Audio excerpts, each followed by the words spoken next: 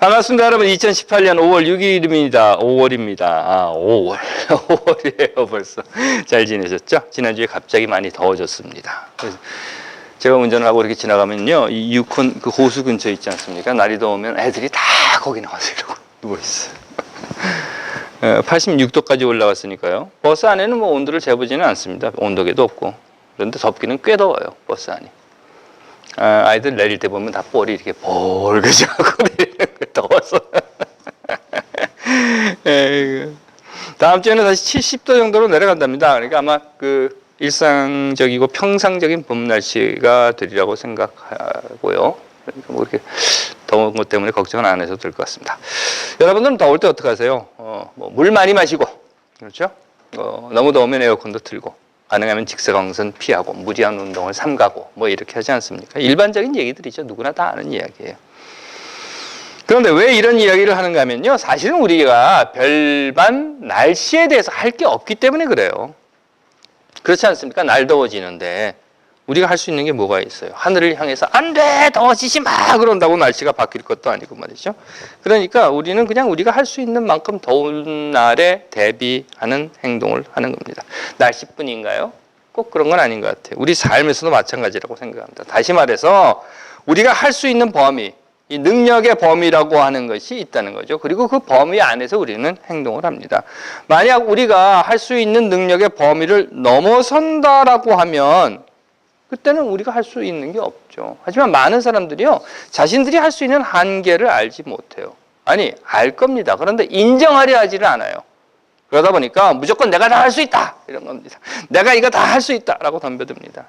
그러다 어떤 결과가 나옵니까? 꽈당하고 넘어지거나 깨져버리고 마는 거죠. 다음 달에 한국은 지방선거를 앞두고 있어요. 온통 대한민국 정치판이 시끌벅적을 떨고 있다고 합니다. 그것도 해묵은, 아니 해묵은 정도가 아니죠. 이미 다 썩어서 폐기되어 버린 이념 논쟁까지 다시 끌어들이면서 혼탁이라고 하는 수렁으로 몰아가고 있답니다. 나는 여기까지야 하는 그 한계를 알면 참 좋을 텐데 말이죠. 그런데 그 선을 넘어가는 겁니다. 그래서는 사실은 내 능력은 그거 안 되는데 나는 할 수 있어. 무슨 이야기를 합니까? 나만이 할 수 있어 라고 덤벼드는 거죠. 글쎄요, 그 선을 지킨다고 하는 것이 그렇게 어려운 것인지 그럴 것 같기도 해요. 오늘의 대한민국 상황을 보면, 또는 대한민국뿐만 아니라 우리가 살고 있는 이 세상을 보면 정말 그 선을 지킨다라고 하는 것이 힘든가 보다 하는 것 때문에 안타까운 마음이 들기도 합니다. 기도할게요. 하나님, 우리가 할 수 있는 것을 하게 하옵소서. 또한 우리가 할 수 없는 것은 당신에게 맡길 수 있는 믿음도 허락하옵소서. 아멘. 요한복음이라고 하는 복음서가 있습니다. 우리가 지금 가지고 있는 것은 21장까지 있어요. 1장부터 시작해서 슥슥슥슥 21장. 그런데 사실은요, 이 요한복음은 잘 읽어보시면 20장에서 끝나요. 마지막 한 장, 21장이라고 하는 것은 이건 나중에 누가 갖다 딱 붙여놓은 겁니다. 갖다 딱 붙여버린 거예요. 그리고 이 21장은요, 베드로와 예수의 대화예요. 그런데 잘 보시면요, 굳이 후대에 이거 거기다가 끼워 넣어가면서까지도 베드로의 이야기를 복음서에 집어넣어 놓은 이유에는 두 가지가 있다고 저는 생각이 들었어요. 그 두 가지는 뭔가 하면 베드로와 예수가 하는 이야기인데, 먼저 예수가 하는 말이죠. 예수가 베드로에게 이런 질문을 해요. 네가 나를 사랑하느냐? 그러자 베드로가 예, 사랑합니다, 선생님. 그러자 예수가 다시 이렇게 대답을 합니다. 그러면 내가 나를 사랑한다고 하면 내 양을 먹여라. 이렇게. 이거 3번 한다고 해요. 그리고 난 후에, 그 대화 이후에 예수가 베드로에게 이렇게 말을 합니다. 내가 진실로 진실로 내게 이르노니 내가 젊어서는 스스로 띠뛰고 원하는 곳으로 다녔거니와 늙어서는 내 팔을 벌리리니 남이 내게 띠뛰고 원하지 않는 곳으로 데려가리라. 공동번역으로 제가 읽어드리면 이렇게 되어 있어요. 정말 잘 들어두어라. 내가 젊었을 때는 내 손으로 띠뛰고 내 마음대로 돌아다닐 수 있었다. 그러나 이제 내가 나이를 먹으면 그때는 너는 팔을 그냥 쫙 벌리고 있고 남이 와서 너에게 허리띠를 딱 묶어가지고 내가 원하지 않는 곳으로 끌고 다니는 것이다. 라고 하는 말입니다. 앞서서 제가 두 가지 핵심이라고 말씀드렸는데요. 제가 보기에는 이 두 가지가 그냥 하나인 것 같아요. 내 양을 먹이기 위해서는 이제는 내가 원하는 대로가 아니라 남이 원하는 대로 내가 그렇게 해야 한다라고 하는 거예요. 어찌 들으면은요, 이 예수의 이야기는 우리를 참 슬프게 하는 말일 수도 있습니다. 왜냐하면 그 이전에 내가 내 마음대로 다 했거든요. 내 마음대로 돌아다니고 내 마음대로 행하기도 했고 내 마음대로 먹고 싶은 것도 먹고 내 마음대로 마시고 싶은 것도 마시고 다 했단 말이죠. 하지만 이제는 그렇게 할 수 없다는 거예요. 이제는 내가 원하는 대로 가고 싶은 곳 가지 못하고 내가 하고 싶은 대로 하고 싶은 일을 하지 못하고 내가 먹고 싶은 대로 그냥 내가 자고 싶은 대로 자고 내가 일어날 때 일어나고 하는 것을 이제는 못한다는 거예요. 하지만 이건 사실입니다. 아무리 슬픈 일이라 하더라도. 그렇죠? 여러분들 한번 스스로 생각해 보십시오. 여러분들이 직접 여러분들의 삶, 여기 모이신 분들, 여러분들이 지금까지 살아오신 날들을 한번 돌이켜 보십시오. 10살 때는 어땠습니까? 20살 때는? 30이 지나고 학생으로 학교를 다닐 때가 있었어요. 그러다 이제 선생으로 학교를 다닐 때가 됩니다. 직장 생활할 때는, 결혼하기 전에는, 결혼한 후에는, 아이가 생기기 전에는, 아이가 생긴 후에는 느껴지실 겁니다. 그렇죠? 그렇지 않은가요? 느낌이 팍 오지 않으십니까? 그래서 내가 결혼하기 전에는 이렇게도 했고 저렇게도 다 했는데 결혼하고 난 다음에는 그냥 그것도 못하고 이것도 못하고 이렇게 되는 거예요. 학교 다닐 때는, 학생으로 다닐 때는 내가 이렇게도 하고 이렇게 놀고 하고 뭐 땡땡이도 치고 했는데 이제 선생이 돼가지고 학교를 가니까 땡땡이도 못 치고 결혼하기 전에는, 아이가 생기기 전에는 이랬는데 그랬다가 이제는 이렇게 돼버린 겁니다. 내 손으로 띠를 띠고 내 마음대로 돌아다닐 수 있었던 때가 있었는데 이제는 내가 발을 딱 벌리고 있으면 가정이, 아이들이, 직장이, 학교가, 그리고 지금까지 내가 살았던 이 나이가, 사회가, 세상이 달려와서 내 허리를 딱 묶어버리고 내가 원하지 않는 곳으로 끌고 간다는 겁니다. 그리고 여기서 결국 이제는 내 한계가, 내 능력의 범위가, 다시 말해서 내가 할 수 있는 일의 경계가 여기까지이구나, 이걸 넘어설 수 없구나 하는 생각이 들게 만든다는 겁니다.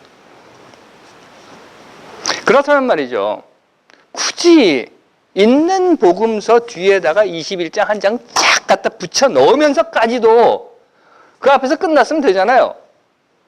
그런데 그거 거기다 밀어 넣으면서까지도 왜 예수는 이렇게 베드로의 길을 팍팍 죽이는 소리를 했을까 하는 거예요. 예수의 순환 사건을 다시 한번 생각해 봅시다. 이런 거죠. 겟세마네 동산에서 예수가 체포되던 날의 일들 여러분들 기억하십니까? 죽기까지 예수를 따르겠습니다 하고 소리 질렀던 그 제자들 모두 오합지졸이 되어가지고 뿔뿔이도 망쳐버리고 말았어요. 바위라고, 내가 내 반석 위에 교회를 세우리라. 너는 이제부터 시몬이라고 부르지 말고 베드로라고 불러라. 바위다 이렇게 불렸던 그 베드로 말이죠. 그 스스로도 나 그 사람 몰라요, 나 그 사람 몰라요 하고 3번이나 부인하며 꽁무니를 빼버렸습니다. 예수가 그 험한 골고다 언덕길을 오를 때도 성서는 어디 멀리서나마도 숨어서라도 하다못해 가면이라도 쓰고 그 예수의 뒤를 따라간 제자가 있었다라는 말 한마디도 없습니다. 그 말은 아무도 쫓아가지 않았다는 거예요. 오히려 성서가 한쪽에 그냥 밀고 제쳐놓아 버렸던 여인들이 있습니다. 그 여인들만이 예수의 뒤를 울며 따랐다고 했습니다.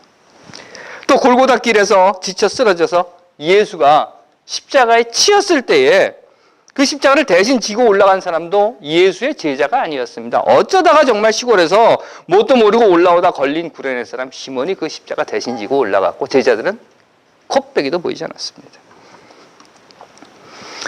그리고 마침내 예수가 그 처절한 십자가 형틀 위에서 신음을 할 때 그 주변에는 단 한 명의 제자들도 있지 않았고 심지어는 예수의 시신을 거두는 일도 제자들이 하지 않았습니다. 해서 아리마다 출신의 요셉이라고 하는 사람이 예수의 시신을 가져다가 장사를 치루어 주었습니다. 더하여서 상대적으로 위험이 덜했던 부활절 아침에도요, 그 새벽에 예수의 시신에 향료라도 발라줘야지라고 했던 사람들은, 그래서 무덤을 찾아갔던 사람들은 제자라는 호칭을 받았던 남자들이 아니라 그 남자들은 다 어디 갔는지 숨어버렸고 도망가 버렸고 그렇지 못했던 여인들 뿐이었다는 겁니다. 그 말은요, 뒤집어 보면 사실은 예수는요 철저하게 자신의 제자들에게 버림받은 사람이었습니다. 또 그 말은요, 뒤집어 보면 그 결과 예수의 제자들은 예수의 고난과 십자가 사건은 물론이고 부활의 사건에 참여하는 것까지도 실패한 자들이었습니다. 그게 예수의 사건이에요. 그것이 예수의 사건 속에 일어난 제자들의 모습이었어요. 그랬던 그런 베드로에게 예수의 고난과 십자가 사건은 물론 부활의 사건에도 참여하는데 실패했던 그 베드로에게 지금 예수가 이렇게 말하고 있는 겁니다. 뭐라고요? 너 잘났다고 가고 싶은 곳으로 가고 내가 하고 싶은 대로 내 마음껏 했었지? 하지만 이젠 끝이야. 이젠 끝. 이제부터는 넌 내가 시키는 대로, 내가 하고 싶은 대로 따라와야 돼 라고 하는 겁니다. 내가 원하든지 원하지 않든지 이건 상관없어. 넌 내 의지와 상관없이 이제부터는 내가 띠를 둘러놓고 그리고 끌고 갈 거야. 내가 끌면 따라오고 내가 밀면 밀려가. 베드로, 너 이제 봄날은 끝났다 라는 이야기를 하고 있는 것입니다. 하나님께서 사랑하시는 여러분, 우리의 한계, 우리의 범위, 우리가 할 수 있는 능력, 저는 이 선이라는 것 있잖아요. 그래서 이걸 넘어가면 안 된다라고 하는 이 선이라고 하는 것은 그냥 누가 이렇게 쭉 그어놓은 것이거나 아니면 내가 이렇게 그어놓고 가면 안 돼? 라고 하는 것이 아니라 우리가 어디에 묶여 있는가에 따라서 또는 우리가 누구에게 묶여 있는가 또는 우리가 무엇에게 묶여 있는가에 따라서 이 선이, 이 한계가, 이 바운더리가 달라진다라고 생각을 합니다. 그러하기 때문에 예수가 베드로에게 한 말은요, 얼핏 들으면 너 이제 끝장났어. 넌 이제 땡이야. 봄날은 갔어. 라고 하는 것처럼 들릴지 모르지만 천천히 다시 그 말의 행간을 들여다보면 너 끝, 봄날은 안녕이 아니라 넌 지금까지 내가 자유롭게 내가 하고 싶은 것을 다 하면서 살았지 이제 끝났어. 이제 내 한계는 좁아졌어 라고 하는 것이 아니라 오히려 베드로야, 내 말 들어. 이제부터 넌 시작이야. 이제부터 본 게임 들어가는 거야. 이제부터 내 한계는 무한히 넓어지는 거야. 라는 이야기를 하고 있는 것이라고 저는 생각합니다. 결론부터 말씀드리자면 이런 거예요. 내가 젊었을 때는 내가 스스로 뛰고 내 마음대로 돌아다닐 수 있었어. 그리고 그 한계는, 그 범위는 나는 내 마음대로 할 수 있어 하고 까불고 다녔을지 모르지만 결국 그 한계라고 하는 것은 너 하나에 국한된 것이었단 말이야. 내 입에 국한된 것이었고 내 눈의 즐거운 것에 국한된 것이었고 내 발에 가고 싶은 것에 국한되었던 거야. 그렇기 때문에 그 한계라고 하는 것은 결국 요 안에 있는 거야. 하지만 이제 너는 내 팔을 벌리고 내 가정이, 아이들이, 직장이, 학교가, 나이가, 사회가, 세상이, 그리고 역사가 달려들어서 내 허리에 띠를 딱 묶었어. 그렇게 되면 이제는 내 한계가 내가 살아야 하는, 내가 책임져야 하는 이 범위가 너 하나에 국한된 것이 아니라는 거야. 내 입 하나만 채우면 되는 것이 아니라는 거야. 가정이 묶였잖아. 그러면 내 아내의 입도 책임져야 되고, 아이들이 있잖아. 그러면 내 아이들의 입도 책임을 져야 하고, 내가 지금까지 살아왔잖아. 이 사회가 너에게 허리띠를 둘렀으면 내가 살아온 삶의 경륜이 곧 책임의 범위가 되어야 하는 거고, 이 사회와 세상 그리고 역사에 이르기까지 이제는 너의 한계가, 너의 지경이 넓어져야 된다 라는 이야기를 하고 있는 것입니다. 그것이 곧 베드로, 너는 지금까지 물고기 잡는 어부였잖아. 물고기 잡는 것, 그게 내 한계였잖아. 그렇지? 그리고 내가 탁 내 손으로 띠뚫르고 그리고 나 물고기 잡을 거야 라고 갇혔잖아. 이제는 아니야. 이제는 내가 너한테 띠를 둘렀어. 이제는 물고기 잡는 어부가 아니라 사람을 낚는 어부가 될 거야. 내가 원하든지 원하지 않든지. 그러니 이제는 난 이리로 가기 싫어. 난 아무것도 하고 싶지 않아. 난 그렇게 살기 싫어. 난 시험 문제 내기 싫어. 난 채점하기 싫어. 난 출장 가기 싫어. 이게 아니라 나는 일찍 일어나기 싫어. 나는 아이들 픽업 가기 싫고 난 밥하기도 싫고 청소 빨래 하기도 싫어. 그래서 안 할 거야. 라고 할 수 없는 범위 안에, 아니 해서는 안 되는 한계라고 하는 넓은 범위 속에 내가 지금 들어있게 된다 라고 하는 것을 예수는 베드로에게 말하고 있는 것입니다. 내가 나 스스로를 나 혼자 묶었을 때는 내 마음대로 했지만 그러면서 나는 한계가 없다. 내가 하고 싶은 대로 다 한다 라고 생각했지만 오히려 내가 누군가에게 무엇인가에게 묶이게 되었을 때 이제 나는 더 이상 나 혼자의 한계와 범위 안에만 들어있는 것이 아니라 이 세상과 이 사회와 이 역사의 범위 속에 들어가야 한다고 하는 겁니다. 그리고 지금 예수는 베드로에게 이렇게 이야기합니다. 이제 너는 내 지경, 내 한계를 뛰어넘어라.